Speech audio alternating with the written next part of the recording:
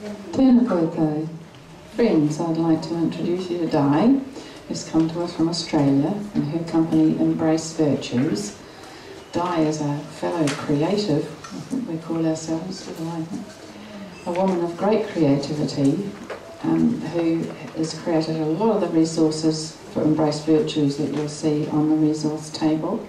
And we're really looking forward, Di, to you sharing your wisdom with us and about your work. Thank you. You're welcome. Yes, I'll use this occasionally, but not all the time. Thank you.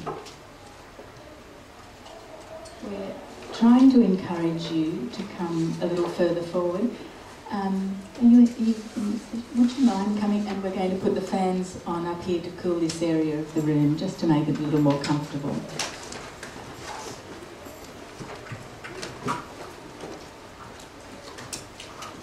Thank you. So, it's a great joy to be here. I'm spending most of my time either crying or laughing because I'm so moved about this enormous privilege of being here.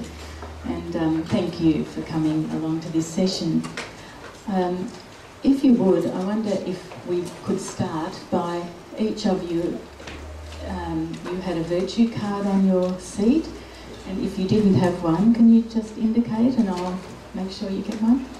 I wonder if we could just go around the group, and if you would say your name, the virtue that was on your seat, and just one sentence about where your energy's at right now, how you're feeling.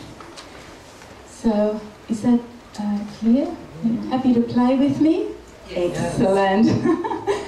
So, I'm on Linda. You happen to be on my left hand. Would you mind starting? My name is Linda. I have gentleness, and I'm feeling rested and ready for new treasures.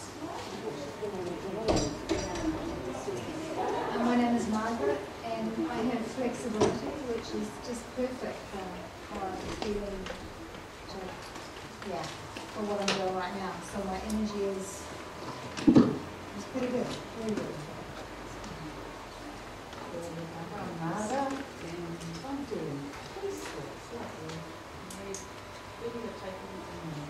And what card did you get? Oh, thankfulness. I'm thankful for being here. Excellent. Can you hear up the back? Oh, thank you. Kia, I'm Sue. I have respect and I feel effervescent. So oh, look out for Sue. Bubbles are coming up. That's how I'm feeling. I'm Jocelyn. I have patience, which works well in my life, and I'm starting to unwind after the trip from Queensland. My name is Lorraine. I have creativity. I feel very hot but energized after that really into the beach. My name is Michelle, and I've got generosity. I'm just grateful to be here today, and I'm very hot. Hi everyone, I'm Jessica, purposefulness. I'm feeling very connected to my purpose being peace, basically. I'm Diane, and I've got kindness, and I was finding myself and went for a swim in the sea. It was lovely. My name's Anton. I've got trust, feeling a bit jealous that you had a swim, but I'm also felt very welcomed being here. I'm Claire. I have friendliness, so I'm practicing it. And there you go. Kia ora koutou. I'm Shakir. I've got joyfulness, and I feel joyful. I'm Derek, and I got peacefulness. And when I thought, am I feeling peaceful, I looked out, and not having had a night's sleep helps. But there's the Pacific Ocean, and here's Auckland, and here's my friends, and I'm home. I'm home. So I'm very peaceful, very happy. My name is Kiriko. I'm from Tokyo, Japan. My card is patience. I'm struggling with all this machine. I'm very patient. Okay, my name is Lalita. I'm a medical nurse. I'm in the service industry. I provide the helpful for the nurse also. I'm Li Xian. I have a elderly nurse, and it actually is very close to my heart because that was what my husband was telling me I need to practice. That he can never find the things that I put away, although I am able to find them. Yeah, so I'm very thankful to be here for this mentorship because I'm so glad that both myself and my 13-month baby was able to practice detachment for me to be here. I'm sorry, I don't have instructions. Darling, we have, is there a virtue card on the, okay, we're just sharing your name, which we all know now, the virtue that's on the card, and one sentence about where your energy's at. How you feel. Right now? Okay. So I've got, I'm Angela, I'm from Newcomer, from down the road. Determination, you focus your energy and efforts on a task and stick with it until it's finished. Determination is using your willpower to do something that isn't easy. You are determined to meet your goals, even if it's hard or you're being tested. Determination will make our dreams come true. Do you want us to do both sides? Or? No, that's fine. Yeah, so awesome. Because I was over there and I don't know what the card was, whatever Anton's got was where I was sitting before. So how appropriate that I actually get to sit here. Where's my energy at? Close to numbing out. Yeah, just something from overstimulation really. So I can get quite random and ridiculous and make terribly bad taste jokes. Oh, no, really totally inappropriate. We'll look forward to those. Insensitive, in this space, but it will lift. Yeah. So, thank you. Interesting responses. I'm looking forward to that, and someone said thank you for the warning. Yeah, depends how sensitive you are. I'm Bronwyn, and I've got reliability, and at this point in time I'm just feeling quite calm and peaceful and relaxed.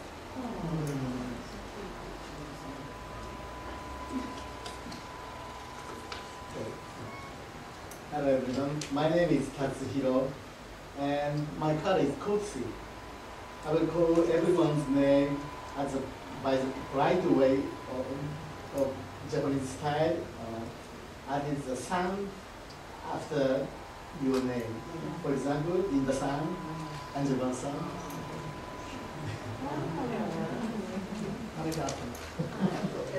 Hello everyone, my name is Yoko Abe. My virtue, activeness. I can Japanese language with virtue, activeness.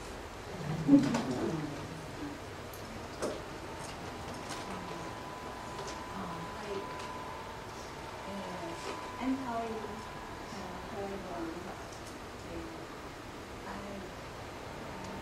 I came from Japan.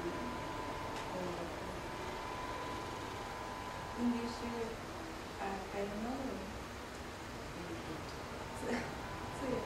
Cargo.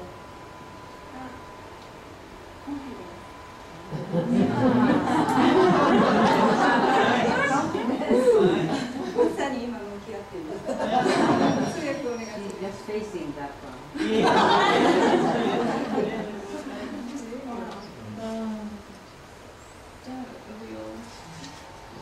Well, I'm Di, and I happen to pick up trust, and trust is where I've been living my life lately in a very profound way, so that felt appropriate.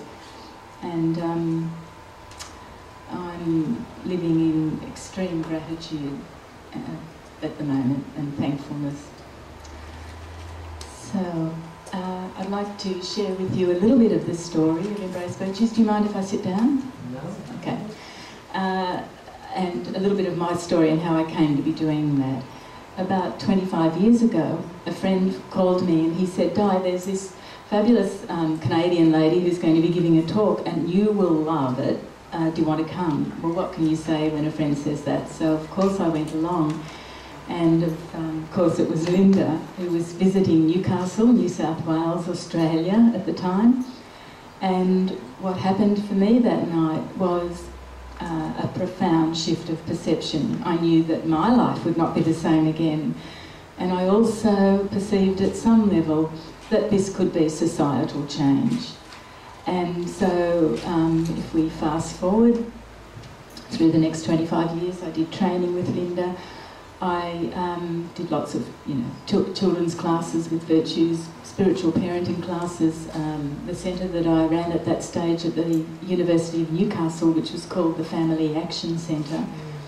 I integrated virtues into the culture of that organisation, and it sort of became, for those of you who are familiar with the cultures of most universities, it became a kind of a beacon of a place within a different culture, where people from accounts department came down and said, I don't need to come for anything, I just want to come here and sit and have a cup of coffee because this place feels different. And some of those other departments are very punishing places to work. So then I retired, and I was at a meeting one night, what we call an LSA meeting in our Baha'i community, and a young woman came along to talk to the committee, the LSA, and she said she was about to have a baby. She said Abdu'l-Baha said that it's incumbent upon parents to provide, it's incumbent upon the LSA to provide a program of support for the mother that is ongoing and that enables her to address the spiritual needs of the child. And she said, where's my program? And we said, well, not only had we not heard that quote before, but we didn't have a program. But what it did was trigger some very deep consideration about what would a program like that actually look like if we did have one. And so that started the Embrace journey. What would support a mother ongoingly through that first challenging year of a baby's life when it can feel very isolating even in the midst of an extended family network? And how do you address the spiritual needs of the child and the mother and the father? So I started considering that very deeply, and what we realised was that there needed to be some separate components here. One of the components needed to be ongoing support, and so that manifested in a set of letters. Thank you.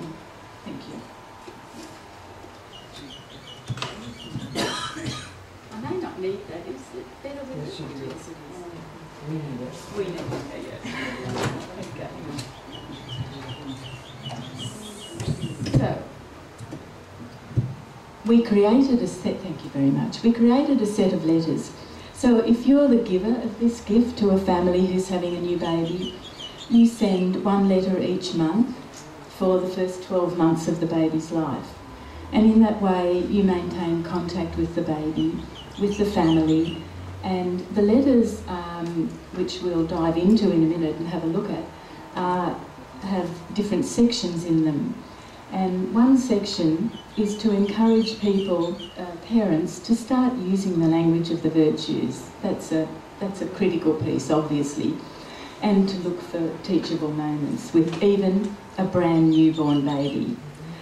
And so in this session we're looking through the lens of those two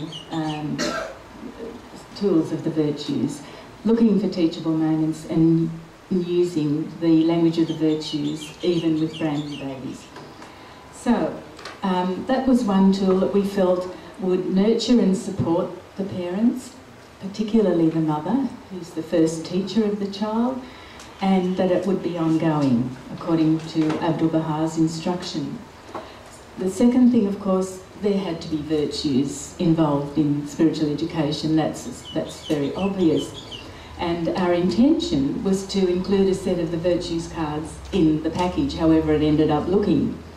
And then as our artwork developed, we realised, oh gosh, it's a very different aesthetic, not better or worse, just very different. And so we're putting these two things together, and that's when I contacted Linda and said, could we have permission to use Linda's text on our artwork? And she very graciously consented, and so that's how that evolved. So the second piece that we thought was essential, or at least the third piece, is how do you engage fathers? At the Family Action Centre we did leading edge work in this whole question of how do you engage dads in the community, in the school community, how do you engage them in the very fundamental aspects of raising children. And so I think I knew anyway, even before we trialled our program, that we needed to engage dads in a different way, that they perhaps would not read the letters. And in fact, when we trialled the program with many families, and we trialled it from included families who had absolutely no religious, spiritual background or affiliation or thought at all, right through to maybe one parent was somewhat spiritual and religious and the other parent not, right through to both parents were highly committed and deeply spiritual. So we had this range of families. And I sent the letters out every month rather, and then at the end of it all we got feedback. And the feedback sure enough confirmed that the dads thought it was a really great idea. They saw the benefits for their wife and they saw the benefits in the family, but they didn't actually read the letters, most of them. So we created a CD for dads, and that's kind of a safer way for dads to access this sort of information. They can pop it in the disc player in the car and listen to it privately, and I'll talk about that and we'll have a little sample listen to it later on. And then the other thing that we thought was important, since babies and all of us are spiritual beings, is prayer, but not prayer of one particular denomination. And so we created Baby's Prayer Book, which is a collection of little prayers from all of the world's great faiths. And we'll have a little look at that also later on. So, I think, and by the way, this work stands firmly on the shoulders of the Virtues Project, and we're aware of that every single day and every single time we talk about this work, and we acknowledge it and we're exceedingly grateful. So I just want to make that really clear. So I think we'll dive into the letters and have a look at those, and what I'd like you to do, if you're up for it, is a little bit of role playing. You up for that? Excellent. And I'd like you to take care of your own well-being in terms of, some people are finding, Jocelyn's finding it cold, and some people are finding it quite hot. So if you're a hot person, gather around a fan after I ask you what to do, and if you're a cold person, go to a hot corner of the room with your little group, okay? So what I'd like you to do is make groups of 3 and put your chairs facing each other, knees in the middle but not touching. Well, you can touch if you want to, but knees in the in the middle, facing each other in groups of 3. You good with that? Yes. Okay, let's do that first and then I'll give you some instructions.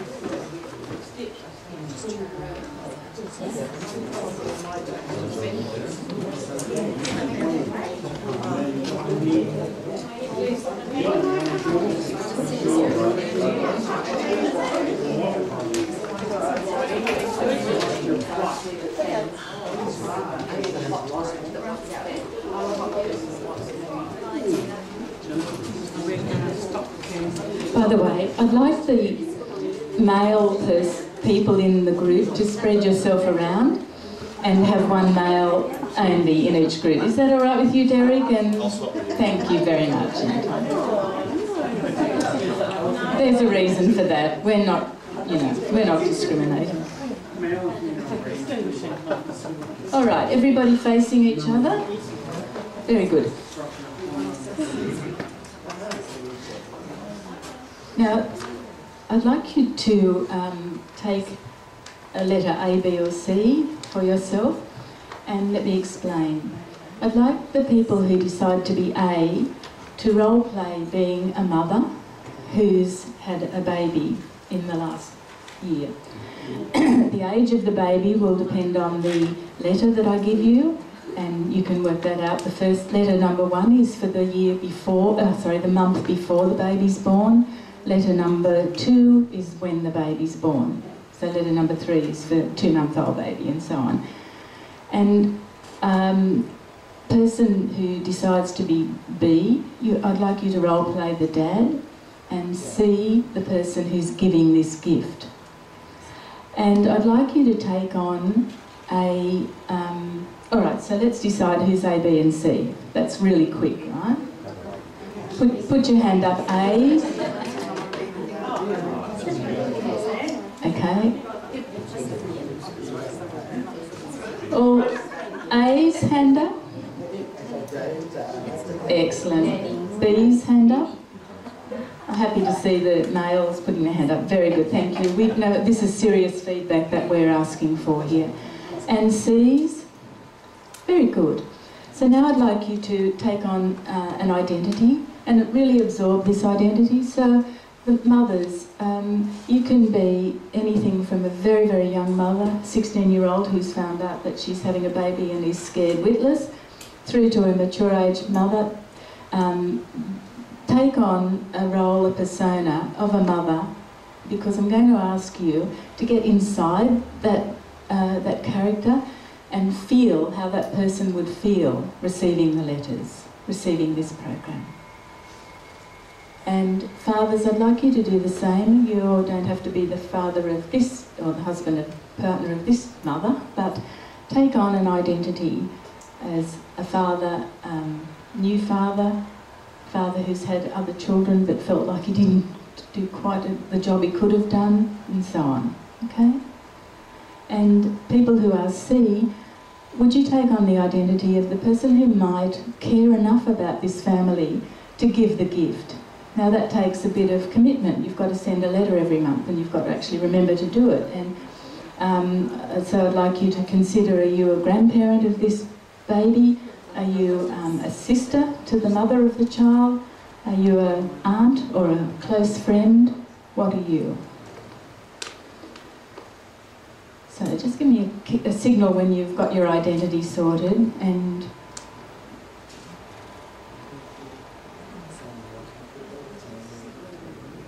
okay. You good to go, Jocelyn? You right? Okay.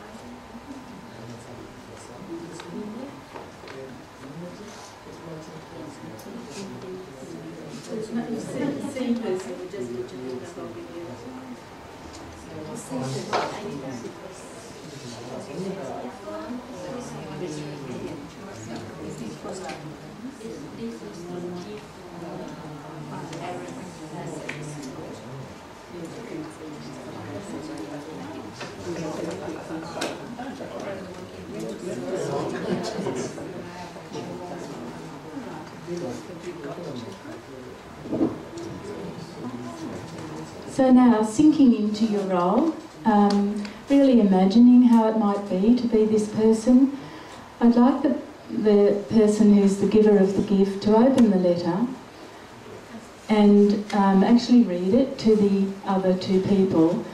And you'll find that there's some information also on the envelope. The 2 virtues that are dealt with each month, the definitions are on the envelope. And also a little piece there from an elder's comment.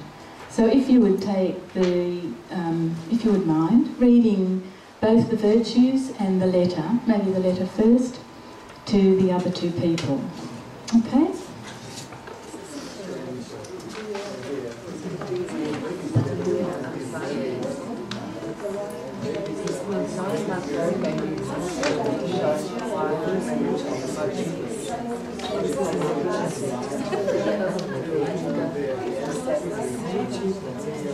use these as means of expressing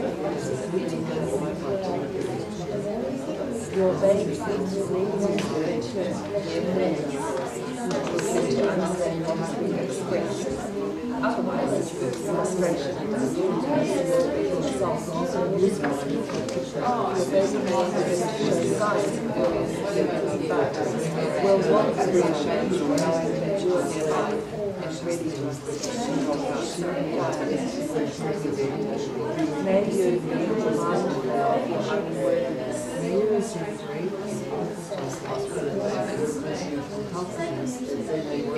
day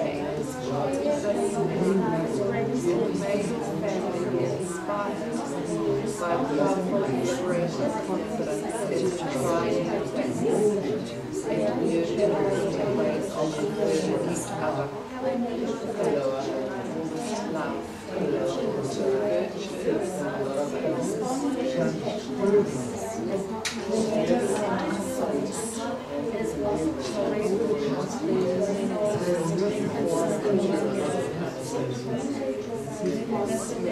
Washing off your body and wearing clean clothes.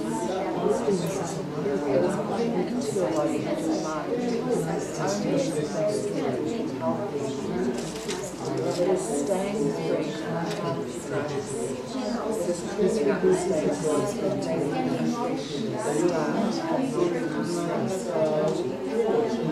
Cleanliness will no doubt be a big part of the day as your baby progresses in solids.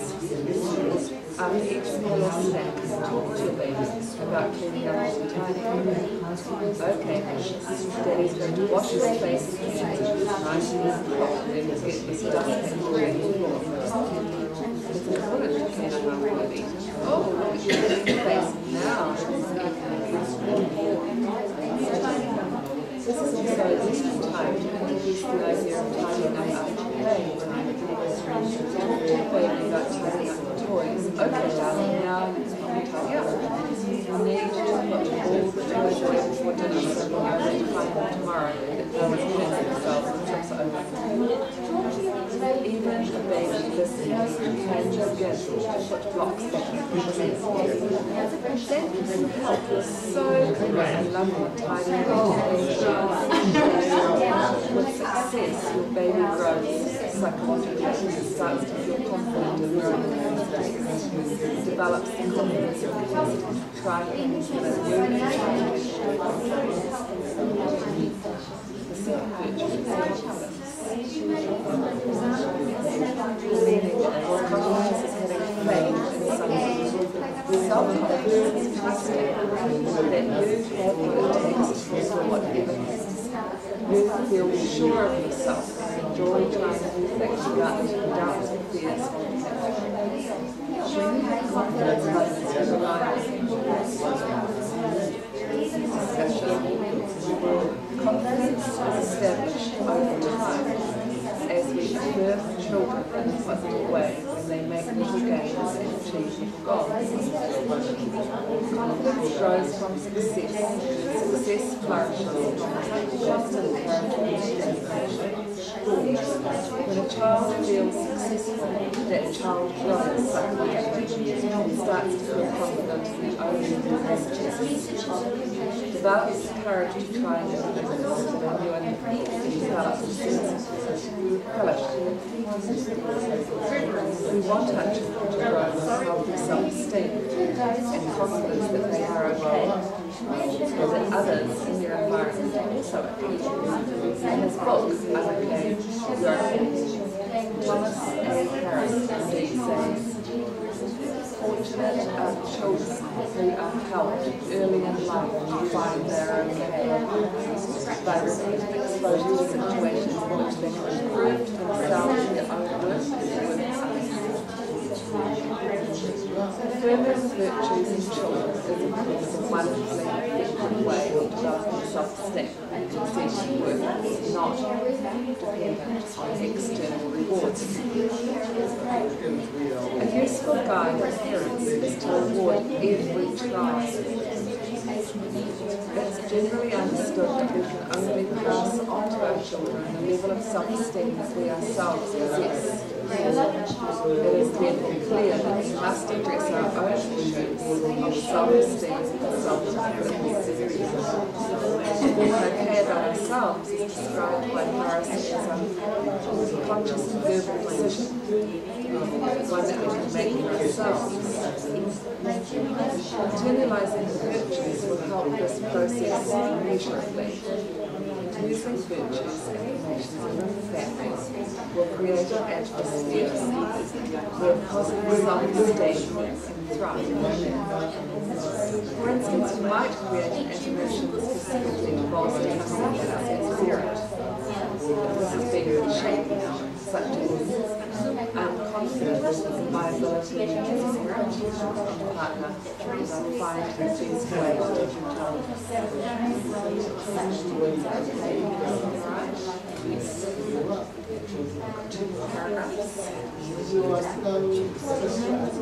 If I could have your attention for 1 minute.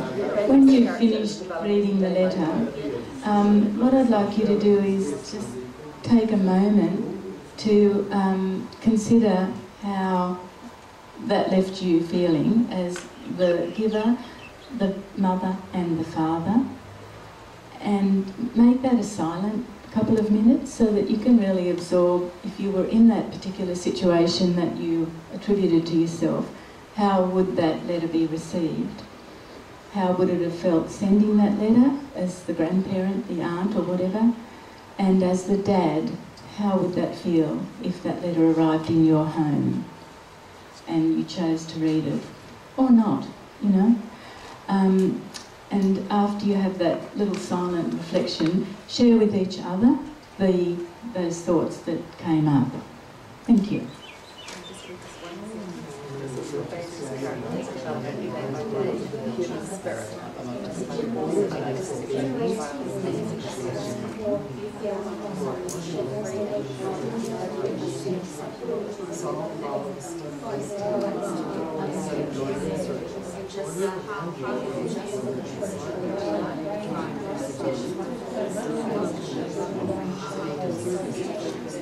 This is our responsibility to join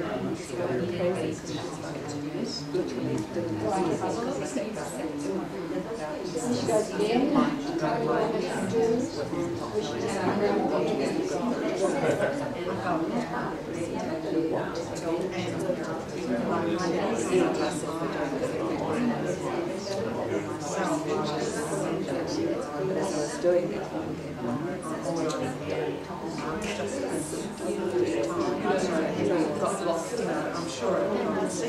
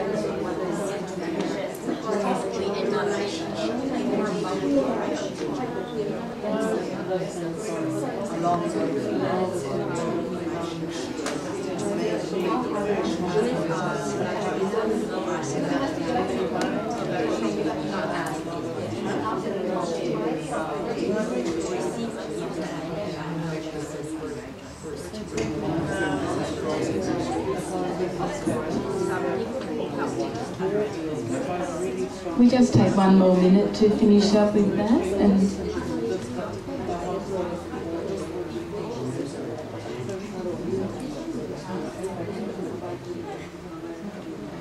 great. So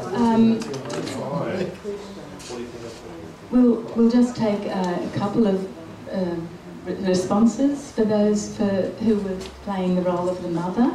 Who would like to just share a response or two?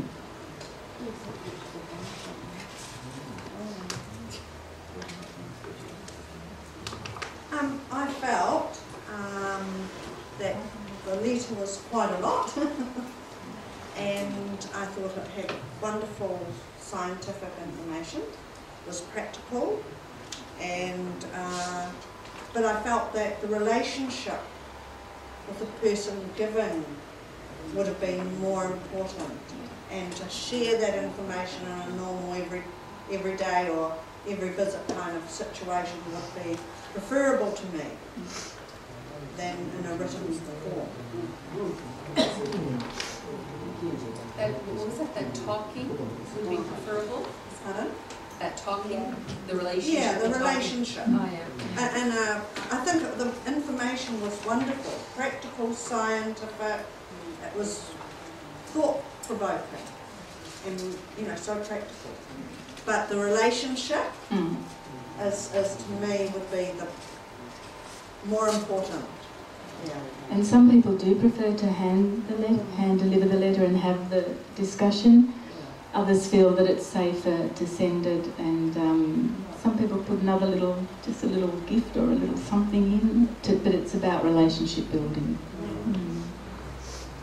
I took it from the, as the role play of the mother, someone around 27 years old, career person, very confident, choosing that when we have our children, I'm going to be a stay-at-home mother.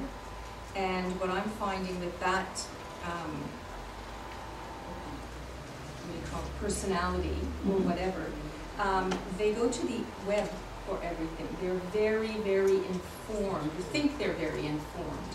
And they go to all of these websites, and they're with they've got their mother's group, and they go and they bounce things off each other. So they've got all of this internet information, and this is just another way of giving them something that's not necessarily on a screen, and bring it back to reading it. They can, you know, they can go to the website, it's marked somewhere, and they can go and check out where this is coming from.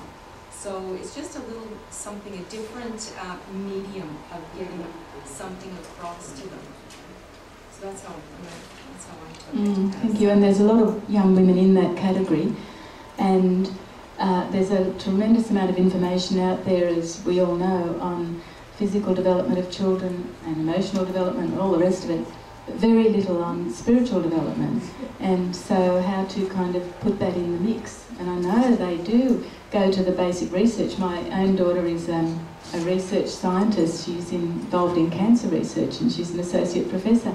And I can tell you where she goes for her information, the NH and MRC, our national research, and you know, they go straight to the source. But they're not, are they going to find virtues, education, information there? No, they're not. And so it's a question of how do we kind of get it inside these families. Well, they're not looking for it. Oh no, they're not. They're not no. looking for it yet.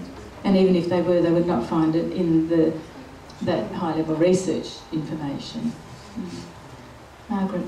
The persona I took was of a mother with two children, one new baby, the one-year-old baby, and an older child, but the baby is an ill baby and is in hospital a lot. And it was from a mother that the letter came, and it felt like it was just even more advice, like overwhelmed. You know, your child's in hospital a lot, you're overwhelmed by this someone. So it felt like, yet again, being told what to do until there was a dialogue. And then practical things to assist with orderliness, instead of just saying the house is a mess. You know, then came out of it. But I think it's very, that so much of how the letter is perceived depends on the relationship of the person who's sending it. So if there's a good relationship and they're open to each other, then it's more likely to be heard than if there's a stressed relationship to begin with and everything is seen to be critical.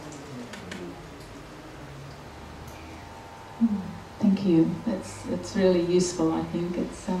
I would like us to treat this as an ongoing exploration of how we make this whole question of how we introduce virtues to very young babies and ongoingly, how we make it a successful venture and how we keep it moving. So would any of the dads like to, oh, did you want to say something? Oh yeah, as I was playing the role of the mother, so I just do sharing. For myself, I didn't really have to imagine because I just had a baby 30 months old. So what happens is that I got in touch with Virtues when I was in my second trimester through my superior Alicia, she's at the other workshop. Yeah, so what happens is that I didn't get to know about this EmbraceVirtues until my baby was about maybe 6 months old. And the moment I saw this Virtues set, EmbraceVirtues for babies, right, I actually told Alicia about it, and immediately she ordered a set and gave it to me. Yeah, so I thought it was very, it was very generous of her, and to me, I find that because from the moment that I heard about Virtues, I was introduced to Virtues, I was a very strong believer of Virtues because I was really brought into it. I was actually looking for something to educate our this generation, and thought Virtues is the thing that I was looking for. So yeah, that's why I actually wanted to do some sharing on a personal basis because I've been through that process. And I find that this is really helpful because although I really wanted to introduce Virtues to my newborn, but at that point of time I was a little lost. Because looking at such a young baby, I was thinking how do we actually introduce Virtues to this little baby over here? Other than speaking the language of Virtues, honestly I was a little caught unaware. I'm not too sure how I should introduce. Yeah, but with this gift set, right, I found that it's very useful. At least it was zoomed down to the 26 Virtues which are more relevant to a newborn, and we can relate better. It's very helpful for the newborns. I do a session with a group that they call Vital Babies, that a health food shop, and you know, it's a chiropractic practice, and they run lots of programs in the community, and so they have this Vital Babies program, and I find a little bit of self-consciousness when mothers first are asked to use the language of the virtues directly with a tiny new little baby, but how quickly they become comfortable with it. And then that's what we're after. We're after it to become a very natural, spontaneous, comfortable language right from the beginning. So we turn the music up a little bit and have them hold the baby close, and whatever virtue card they've got, we ask them to use the baby's name and say the little affirmation on the back to the child, and just whisper it, you know, and get them comfortable with saying, Charlotte is generous, you know, Charlotte is practicing generosity, da-da-da. And then they think, oh, this is not so hard, I can do this, even when things seem to be going crazy around me. And what's more, I can bring order to the craziness by simply doing this, and it helps the baby and myself. So, would any of the dads like to share? And we're particularly interested in this. I'll share from the two sort of characters that I naturally sort of drew to, because having been recently introduced to the virtues, I'm still early in my journey of understanding and practicing them. And I found, I'm a new father myself, and I found that that letter was a fantastic way to help practice the virtues and apply it to teaching a small baby. So I found it very, very practical, very, very useful, and I would love to receive one of those letters as a father. And from the other perspective, however, I thought about a friend, a couple of myself and my wife. The father and the mother haven't been introduced to the Virtues Project. They don't know anything about it. And putting myself in the shoes of that father having received that letter, I think it would be a little bit confronting. I think it would be a bit foreign. A lot of the words that are used, they refer to the virtues quite a lot in that piece. Not having known what the virtues are and what they're for, it may seem a little bit uncertain. Who's writing this? What's this all about? You know, so I think an introduction to what the virtues are first of all, before receiving the letter, would be helpful. I took on the role of the father that I work with. I'm a teacher in a school, and he is somebody who works nights and is quite busy all the time. The daytime, you know, it's his time to rest and get things organised. So the mother in the home is the main person who, you know, shows orderliness, gets children really get things organised because of the way in which their life is structured. And in our part is our child's first birthday, so the virtual day received this orderliness. So in this character, my first reaction was that, you know, well, this is the wife's department, she's the one who's running everything, you know, she's everything organised in the home, so she's has got the children organised in terms of their lunches and things like that. So that's something that's quite helpful for the wife to, you know, look at it and see. It's not really horrible when I say all this stuff, so, but it's not. But that's in terms of that's the reality in which I've worked in, you know, and that's the roles that people that play within the, I guess, within the couples and so forth, within their family. There was one persona and so forth.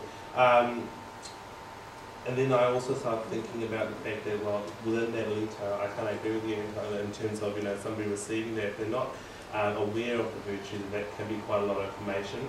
What happens with this afterwards? It's been great information, but what happens next? So what I'm hearing from other people is that the person who is gifting this, it's about the relationship and how they, you know, continue that process and continue to share that information, but also about the education of, okay, what happens within a home and finding that time to sit and have conversations as a family, so that when we have this information, I was kindly Martin and Linda both read this to me as a father, but, you know, it was actually quite nice to be able to listen to somebody else, you know, go through the key points. So my question and thought at this point in time is, what happens once they receive it, and how do we educate people, you know, families and so forth, to set aside a time where they grow this, you know, spirituality within their home, and talk about what that actually looks like, and how they're going to work with it, rather than having something received and put away nicely in a box, all other baby things, you know, how to make it a living thing. Thank you very much. The earlier letters, of course, do offer ideas about how you keep it, how you introduce it, and how you refer to it, and so on, how you keep it alive in family life. But thank you, that's really good insight. Any other people who played the role of a dad like to?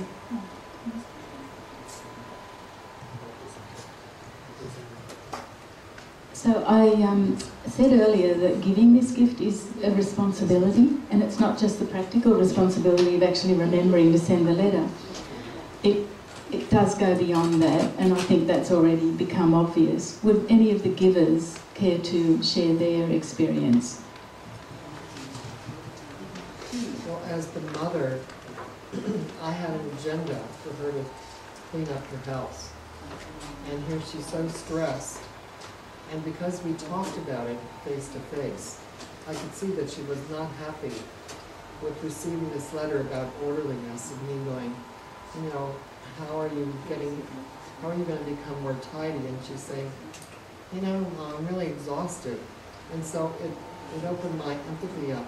And she had an idea that I could pay for a housekeeper to come in and clean. And I thought that was a cool idea. So I'm getting her that gift for his baby's first birthday. I had a change of heart from an agenda to make my daughter this perfect image, to wanting to befriend her and support her. And she was pretty tactful, even though I could tell she was mad at me. She used her tact, so I was able to hear it. Very good. Any other givers like to share? This is letter 8, and I was very moved as I was reading it, because it had so much information, but I did find that it was a long letter.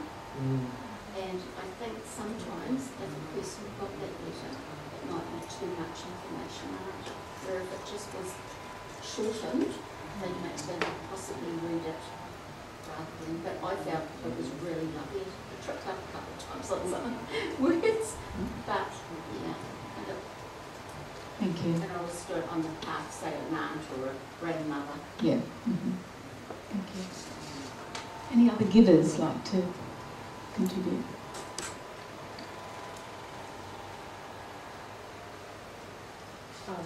It was just, as I was reading, as a personal thing, I see children all the time. I live next door to a school, so they're always coming over and getting the ball or playing next door. So I have a chance to interact with them now. So I was reading about this baby, but I could see that there's so many ideas in the letter, so that I've got more to draw from, sometimes I think I use virtues in one way over and over, and that works and it's fine, but this has sort of cracked my world open to, well, I could say to parents, it's like, this example is, does your child learn to read the word cat the first time he or she sees that word, which is your example here. So they're not going to learn how to be friendly in the first time either. So just drawing parallels and so on. And that could even be my judgment in my mind as I see the naughty boys and girls playing at the back of the school, which is beside my house. I'm starting to judge them. But I'm thinking, no, everything takes time, and then I can actually go and talk to them as well. Thank you. It was a spin-off, perhaps slightly not quite on the right field, but... It's all right. I was interested, my daughter-in-law calls me her mother-in-heart rather than her mother-in-law, which I think is very sweet. However, it's still a tricky relationship, and I knew when she had her first baby, it was treading on eggshells territory. I knew she was self-conscious about this. She wanted to do it right. She wanted to impress me. She wanted to not hear any advice. And I was very respectful of that. And I asked her, did she want to receive the letters? And she said yes. And I noticed that they were always on the fridge with a magnet. And I noticed that she hung on to everything in those letters. But I knew I couldn't have said it to her directly. I knew that was not safe ground. So I was aware of what was going on there. I found it very interesting. And I would hear her repeating back stuff that she'd read in the letter and telling me as if it was new information. So I think a lot does depend on, as you've all gathered, the relationship and the sensitivity with which it's delivered. But on the whole, the feedback that we get is, oh gosh, that letter arrived at just the right time. I said exactly what I needed to hear, and it really sustained me in that moment when things were going pear-shaped.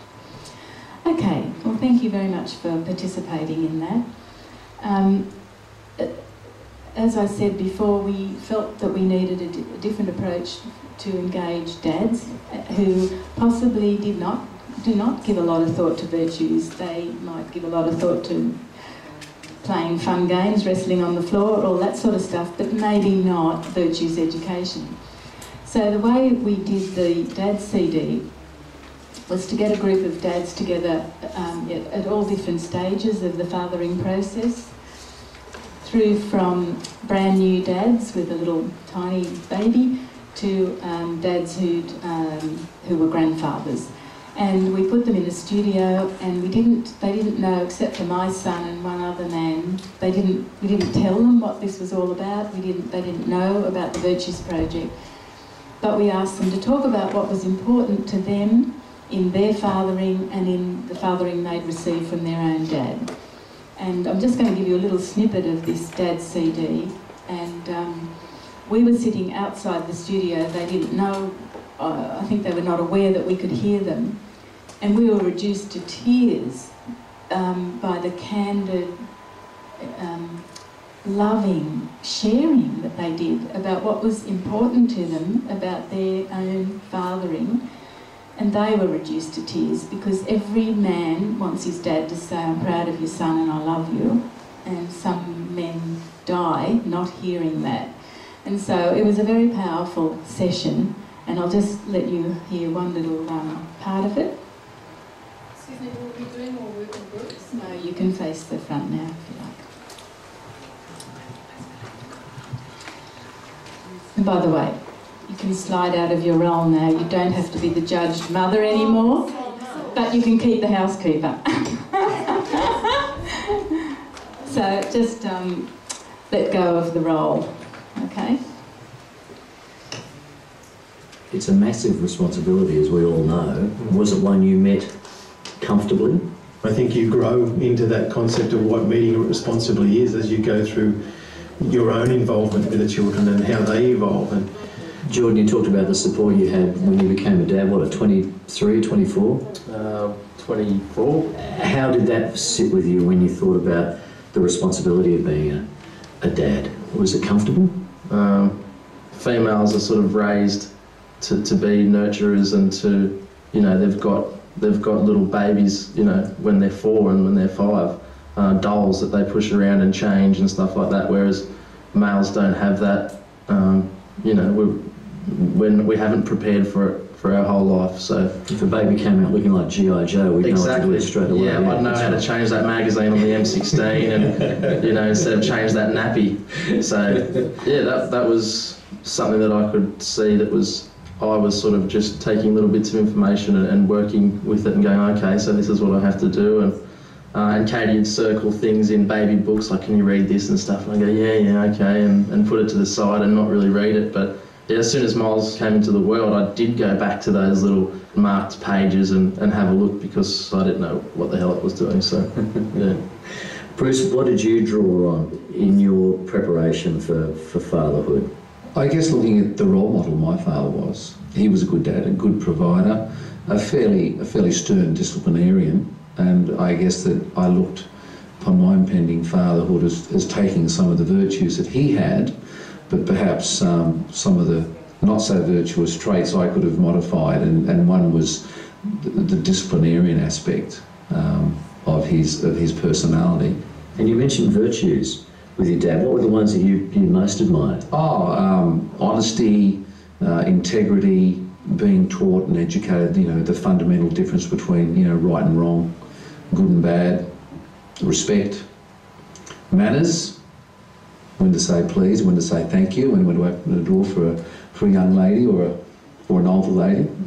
So it was all those things that I thought were, you know, a good solid foundation to take me into adulthood. And I guess it was looking at fathering a son, my own son, and kind of instilling those virtues in him as well. I remember wrestles, that was the real closeness bonding sort of thing, and to sort of realise later, yes, he could have beaten me every time, but to actually know that, you know, there's a give and take in wrestling and testing out your own strength as a little guy. It's very, very special. It's a massive responsibility, as we all know. It's a massive...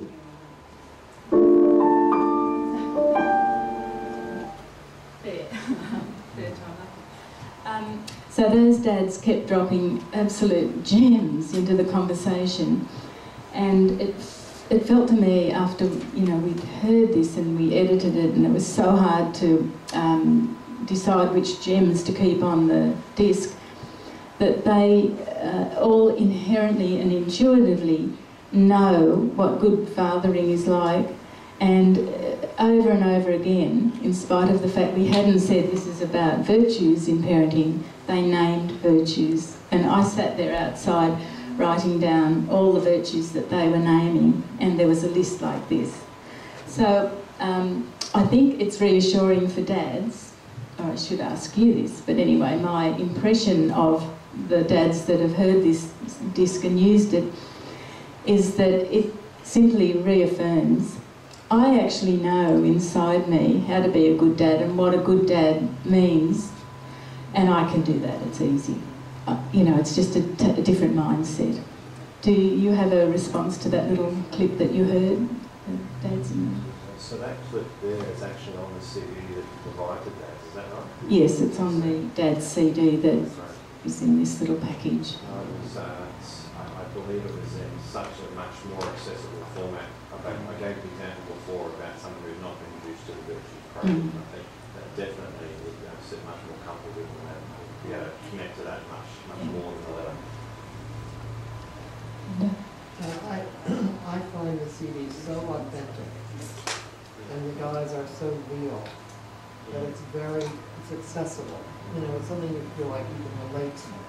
The regular blokes, the regular men.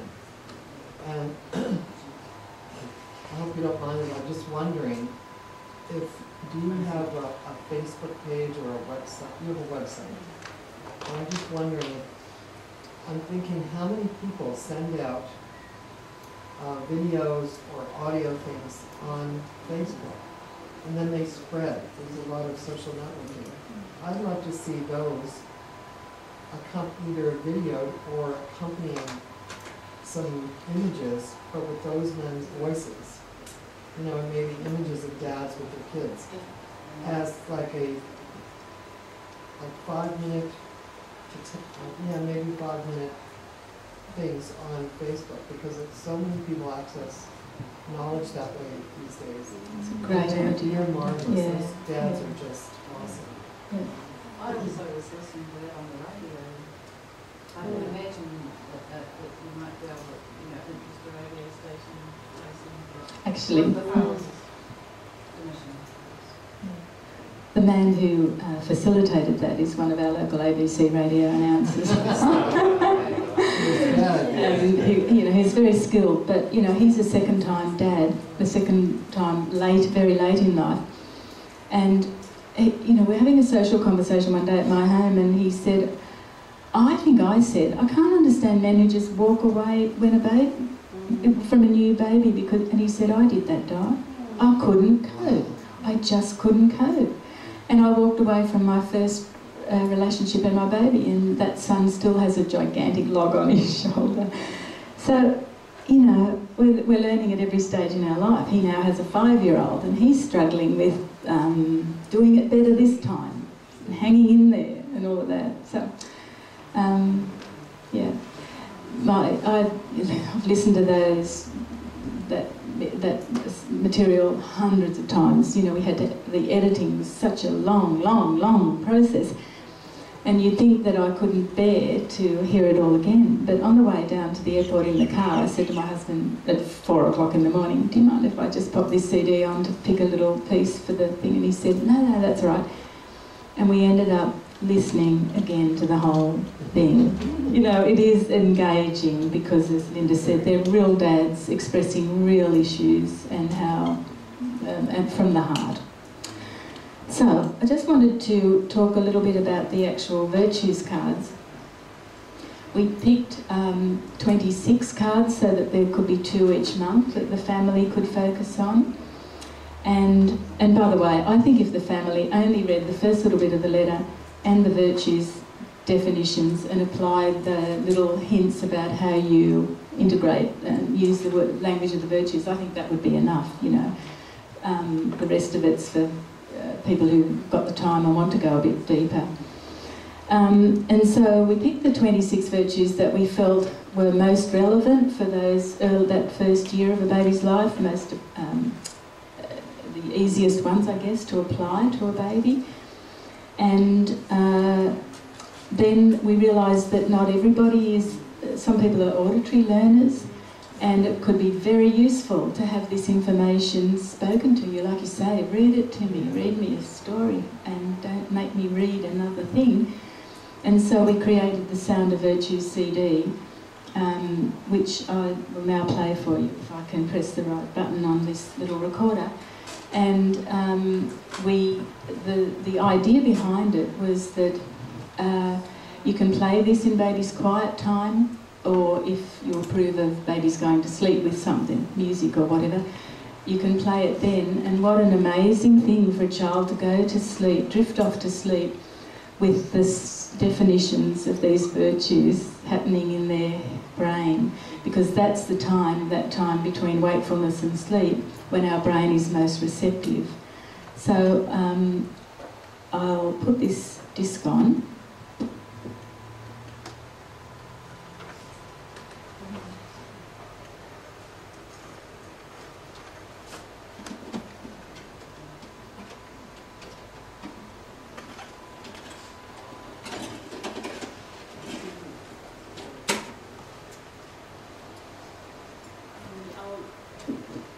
play a little bit of the introduction because that says it all, I think, better than what I can.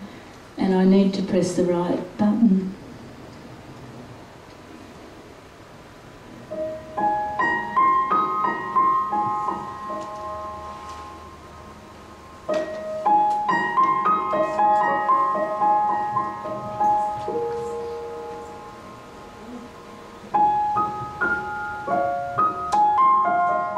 Welcome to the Sound of Virtues, affirming your baby's spiritual potential.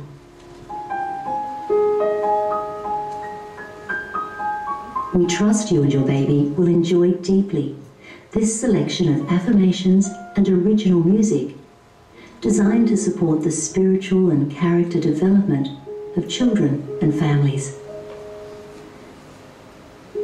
We now know how profoundly important the first 3 years of a baby's life are. It is during this time babies absorb enormous amounts of information and are receptive to learning. This critical period is when strong neurological pathways are formed and the brain develops patterns that influence future behaviour, intelligence and emotional health. By listening to the affirmations on this CD and practicing the language of virtues in your communication, you and your baby will grow a relationship around virtues together. By doing so, you pass on a great gift, the spirit of the virtues. Virtues exist inherently in every human, and day by day, your baby's character and human spirit are developing. However, for virtues to flourish and become part of who we are in the world, we must get to know them. There are many paths in spiritual awareness, and our world is filled with diverse beliefs. The virtues affirmations on this CD are non-denominational and inclusive of the many religious and spiritual traditions and faiths. We wish you and your baby much joy and happiness in the exploration and practice of virtues. We hope this CD supports your journey and that you and your growing family develop a lifelong friendship with the many virtues that exist within us all. So the CD is arranged the virtues are arranged in 3 groups. And the first group is the more active ones, assertiveness, helpfulness and so on. The middle group is the kind of middle. And the last group are the very gentle ones, compassion and that ends in love. So that if the baby does happen to drift off to sleep, it's in a very peaceful environment. And then there's a 7-minute track of just the music at the end, so the baby can stay asleep if necessary. So I'm just going to let you listen to a couple of the virtues on the first track. And of course, mothers only need to play the first track once or twice to hear the information and then start here.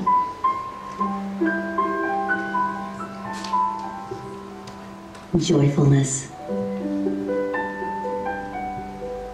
Joyfulness is an inner sense of peace and happiness.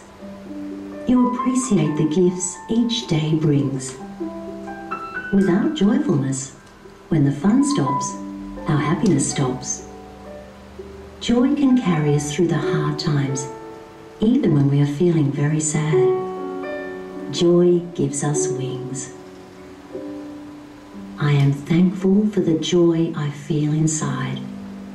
I enjoy my work and my play. I appreciate the gifts this day holds for me.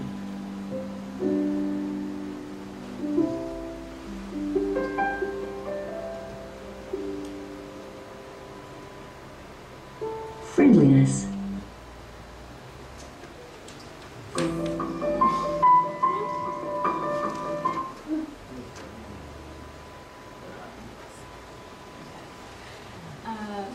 So, any responses about how you might use a CD like that, and by the way, it's not just for babies. I have it in the car all the time.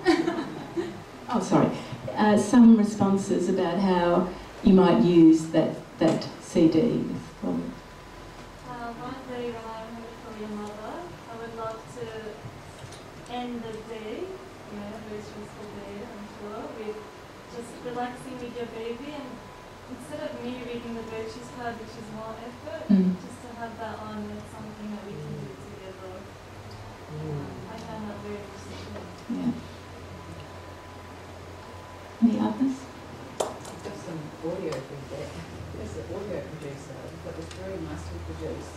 The reader was really good, the production, and really good, a good reader, a professional.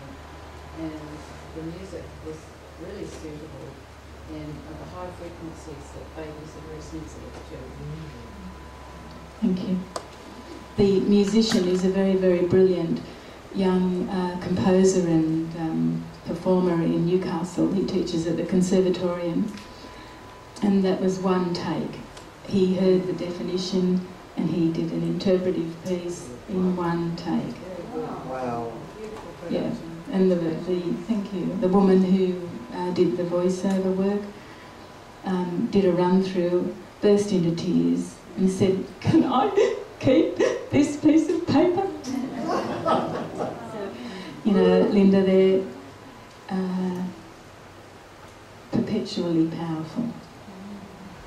And as I say, I keep it in the car all the time. My daughter's husband, my son-in-law, died 7 years ago from a melanoma, and at the time their children were 5 and 9.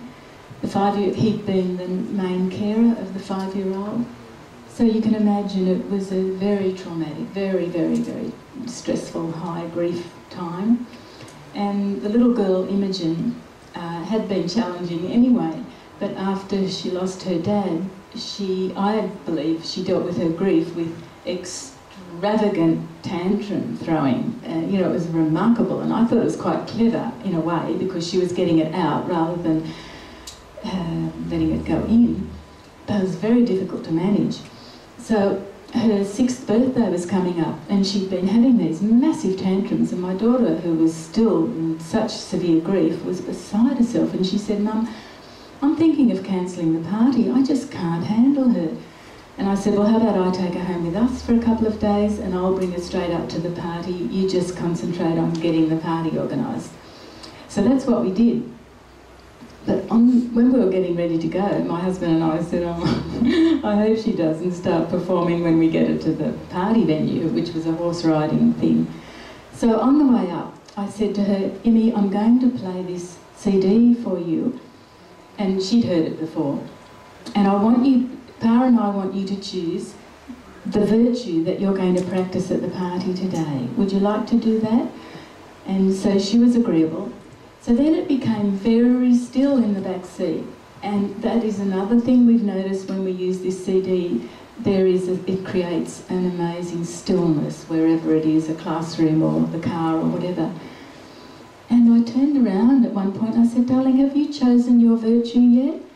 And she said, "Can I have 4? And, for a grandmother of a tantruming child, that was really something. But what impressed me was how carefully she'd selected the 4 virtues. She chose friendliness because it was a party she was going to be friendly to her friends. She chose gentleness because she was going to be gentle to the horses that they were riding. And she chose helpfulness because she was going to help her mum when she got there. And I can't remember the other one, but I do remember that it was very appropriate. So, it's so powerful and so effective. So, I wanted to share one other little thing with you, because these have been very effective also. I was doing some work with early childhood centres just to show them how to integrate the virtues into their work, and I went along with Imogen's little pet rabbit and decided I'd work with gentleness. Little Flopsy came along, and I found that before I went, as an ex-teacher, I just wrote the word gentleness on a big card, wrote the definition and so forth on the back in case I forgot it, and used that big piece of card.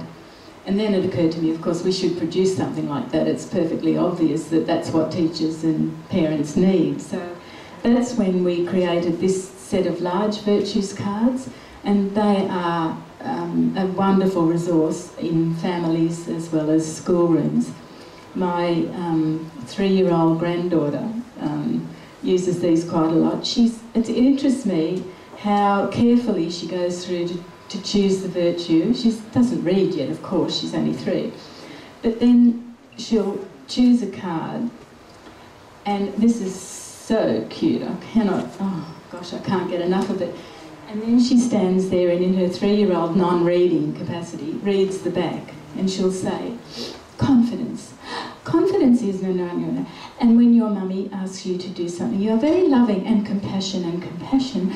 And step by step, she gets little bits of the definitions of, of different ones.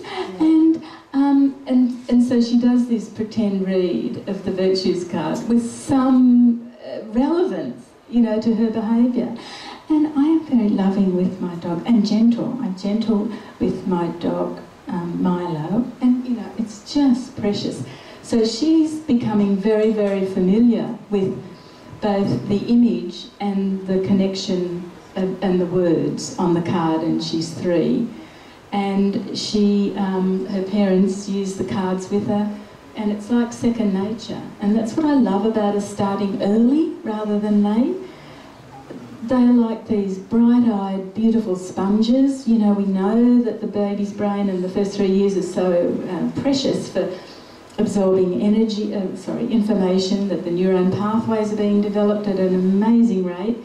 That's our opportunity, of course, to get this virtues language embedded and the corresponding behaviours. So I just wanted to share those with you because I've found them personally incredibly useful in all the situations. So we're going to just now quickly take a little look at the baby's prayer book. And again, I think, a lot of this work was risky because it was a risk. The whole damn thing was a risk. You're putting a lot of information into families who may or may not want it, may or may not be ready for it, all of that. And I mean, you've sort of shared some of that. And then whether to include a prayer book, would that just make it some, religious thing? But anyway, we went ahead with it. And what has been remarkable to me is that high-end baby wear shops, gift shops, all sorts of places where people come in and say, I want a baby naming or a christening gift. The shopkeepers tell us they just point to this and it's a done deal. So I say there's this opening for people to accept that religion can be a unifying thing, can be a beautiful thing, and can enhance the child's spirituality. So I just want to read you. Oh. Such a pain, isn't it? The little piece at the back. Baby's prayer book was inspired by the belief that as citizens of a world that includes many cultures and religions, lasting peace will depend on our children understanding and embracing differences. We trust that in the unfolding of this little bundle of sacred writings, your baby, having been exposed to the beauty and power of the words of the great prophets of God, will more likely embrace diversity, peace and unity as an adult. This is the vision and fondest wish of this little book. So you can take a look at this little book, it'll be out on the table. Read one or two.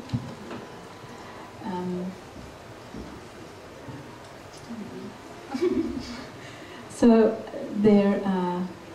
this is a Native American prayer. It's called Strength of Peace. The truest and greatest power is the strength of peace, because peace is the will of the Great Spirit. And this is a little Buddhist one. Even as a mother protects her life, her child, her only child, so with a boundless heart should one cherish all living things. And I'll keep reading if I keep reading. So I just wanted to share some of the content of that. Now, we're just about on time, which is very nice. Would you mind just forming groups of 2 and exploring what was helpful and what you can take away and use in this quest of bringing virtues into the lives of very, very new babies? 2 minutes.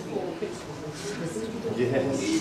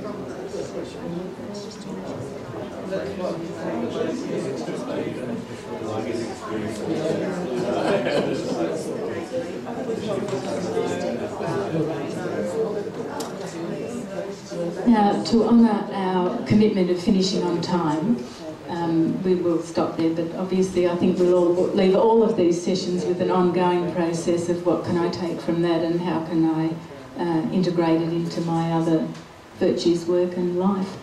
So, but we might just take one reflection, 1 or 2.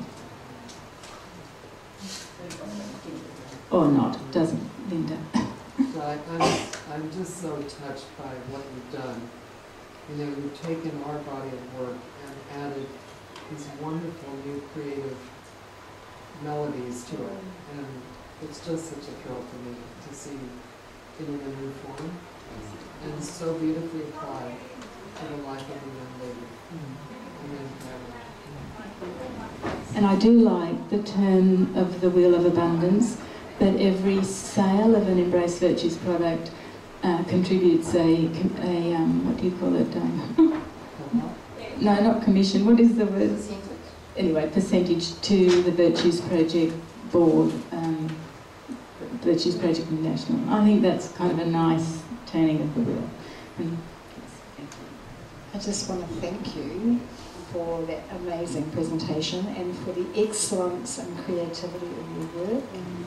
And I thought I knew this box, and I didn't know it at all, and thank you for your presentation today.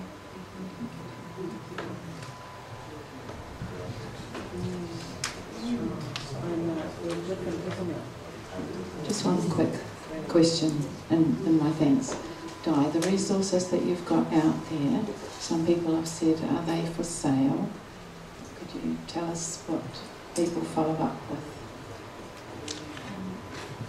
Yes, they are, and as I said, it's important that we make sales so we can keep developing new products and that we can keep making a contribution to the big Virtues International work. And so they've very kindly offered that we sell any products that are out there. And also, if you prefer to buy from our website, we're offering free shipping and a gift of the Dad CD, which we'll put in with your order. So I'd like to make that as a gift from this group. Thank you. A big hand for Di. Thank you very much.